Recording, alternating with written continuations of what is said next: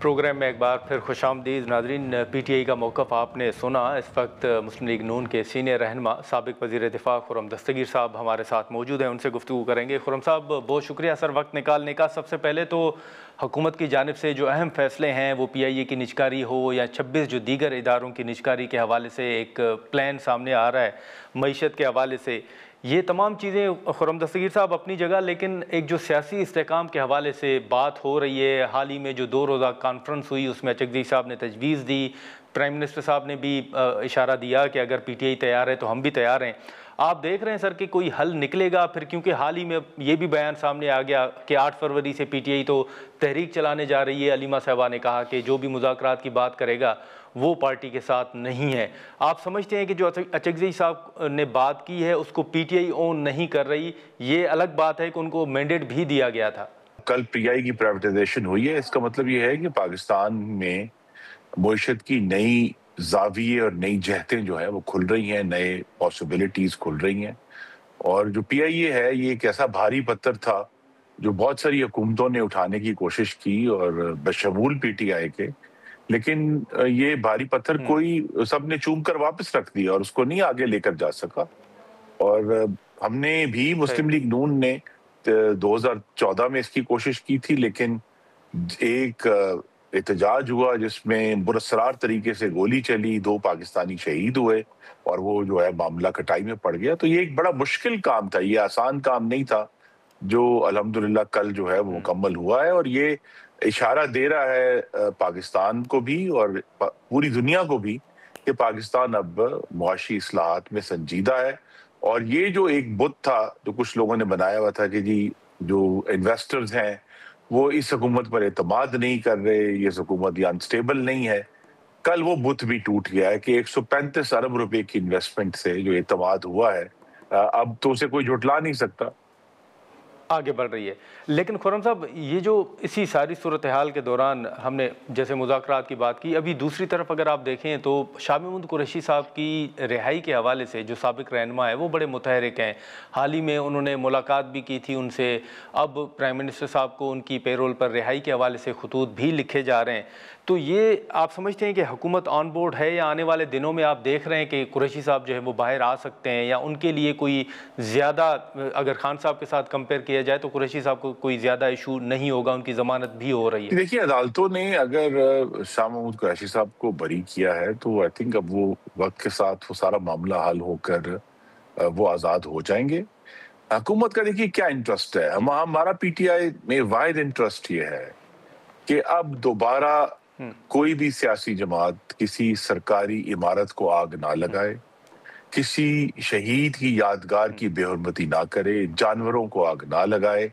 Police مینوں کو زدوں کو نہ کرے، اور جس طرح 26 نومبر کو ہوا تھا 5 رینجرز اور 1 پولیس مین کی شہادت ہوئی تھی، یہ جو خون بہنا ہے سیاست کے نام پر، اقتدار کے نام پر، اور آگ لگانی ہے، یہ بند ہونا چاہیے۔ بالکل بالکل۔ لیکن اسی دوران ایک بیان یہ بھی آیا ہے خرم دستگیر صاحب کے جو خان صاحب کے بیٹے ہیں وہ بھی پاکستان آنے کا ارادہ رکھ رہے ہیں۔ پہلے طلال چودھری صاحب نے یہ کہا تھا کہ اگر وہ ویزا کے لیے اپلائی کریں تو وہ ان کو فیسیلیٹیٹ کریں گے، اب انہوں نے کہا ہے کہ ہم نے اپلائی کر دیا ہے۔ آپ سمجھتے ہیں کہ حکومت ان کو آنے دے گی اور ملاقات بھی ہو جائے گی ان کی والد کے ساتھ؟ یہاں آ کر وہ اپنے والد سے ملنا چاہتے ہیں تو ضرور، آئی تھنک کوئی رکاوٹ نہیں ہوگی، لیکن پھر ان کو یہ بھی احتیاط کرنا ہے کہ وہ کسی ایجوٹیشن کا اور سیاسی ایکٹیویٹی کا حصہ نہیں ہو سکتے کیونکہ وہ پاکستان کے شہری نہیں ہیں۔ تو اگر وہ قانون کی دائرے میں رہ کر آ کر اپنے والد سے ملنا چاہتے ہیں جن سے بہت عرصے سے وہ نہیں ملے، لہذا وہ آ کر ملیں اور ان سے ضرور ملاقات کریں، اور ان کی جو بھی ایشوز ہیں انہوں نے کچھ میرے خیال میں مبالغہ آمیز بیانات دیے ہیں کہ جی وہ قید تنہائی ہے۔ اب ایک شخص جس کی 900 ملاقاتیں ہو چکی ہوں، آپ اسے کیسے کہہ سکتے ہیں کہ وہ قید تنہائی میں ہے؟ یا کوئی ڈیتھ سیل ہے، اب ڈیتھ سیل میں میں نے تو نہیں دیکھا کہ کسی کے ڈیتھ سیل میں ایکسرسائز بائک موجود ہے اور اس کے پاس تمام چہل قدمی کی فیسلٹیز بھی موجود ہیں، تو لہذا انہوں نے اپنے والد کی فکر میں ضرور کوئی بات کی ہوگی، حکومت انہیں فیسیلیٹیٹ کرے گی اگر وہ بطور ایک دوسرے ملک کے شہری کے قانون کے دائرے میں رہ کر اپنے والد سے ملاقات کرنا چاہتا ہے۔ سر یہ جو 900 ملاقاتیں پہلے بھی ایک بیان سامنے آیا تھا اور جو آپ بھی فرما رہے ہیں، یہ ان ملاقاتوں میں سماعت کا وہ دوران جو ملاقاتیں ہیں وہ بھی شامل ہیں، وکلا کی ملاقاتیں بھی دیکھیے یہ شامل تو ہیں؟ آپ جیسے جو ماشاءاللہ بالغ نظر جرنلسٹ ہیں وہ اس کو سیپریٹ کر سکتے ہیں، لیکن جب ایک حکومتی ترجمان نے 876 کا فگر جو ہے وہ اب کوٹ کیا ہے تو اب اس کا مطلب ہے کہ کسی طرح بھی یہ قید تنہائی نہیں ہے، تو لہذا ان کی جب ریگولر ملاقاتیں، اور اب پی ٹی آئی کا یہ توقع کہ جس طرح وہ چاہیں گے اس طرح ملاقاتیں ہوں، تو خود ہی خان صاحب فرمایا کرتے تھے 2 نہیں 1 پاکستان، تو پی ٹی آئی کے وکلاء بھی، میری استدعا ہے اور ان کا خاندان بھی اگر آگاہ ہو جائے کہ جیل مینول کیا کہتا ہے۔ حقیقت یہ ہے کہ حکومت پنجاب نے وزیر اعلیٰ مریم نواز کی قیادت میں جیل مینول سے کئی 100 گنا زیادہ ملاقاتیں کروائی ہیں اس وقت خان صاحب کی۔ ٹھیک ہے خرم صاحب، ایک آخری سر مختصر سوال ہوگا کہ حال ہی میں جو جنرل فیض صاحب کے حوالے سے ایک فیصلہ سامنے آیا، وزیر دفاع خواجہ آصف صاحب جو ہیں وہ مسلسل باجوہ صاحب کا نام لے رہے ہیں، پھر تنقید بھی ہو رہی ہے کہ وہ وزیر دفاع ہیں، وہ نام کیوں لے رہے ہیں؟ وہ تو اگر کوئی ایکشن لینا چاہتے ہیں تو وہ بطور وزیر لے سکتے ہیں۔ بطور سابق وزیر دفاع سر میں آپ سے جاننا چاہوں گا کہ اس حد تک احتساب ٹھیک ہے کہ جنرل فیض صاحب کا ہوا ہے، یا پھر آپ سمجھتے ہیں کہ نہیں باجوہ صاحب سے بھی پوچھ گچھ ہو سکتی ہے یا ہونی چاہیے آپ کے نزدیک؟ دیکھیے جو ملٹری کورٹس کا طریقہ ہے وہ از خود احتساب نہیں ہوتا، تو میری تو سب کو یہ گزارش ہے کہ اگر جنرل باجوہ کے اوپر کوئی چارج شیٹ ان کے پاس موجود ہے ثبوتوں کے ساتھ، تو تب ہی ان کو درخواست دینی ہوگی، تبھی معاملہ آگے بڑھے گا۔ جنرل فیض حمید کے اوپر بھی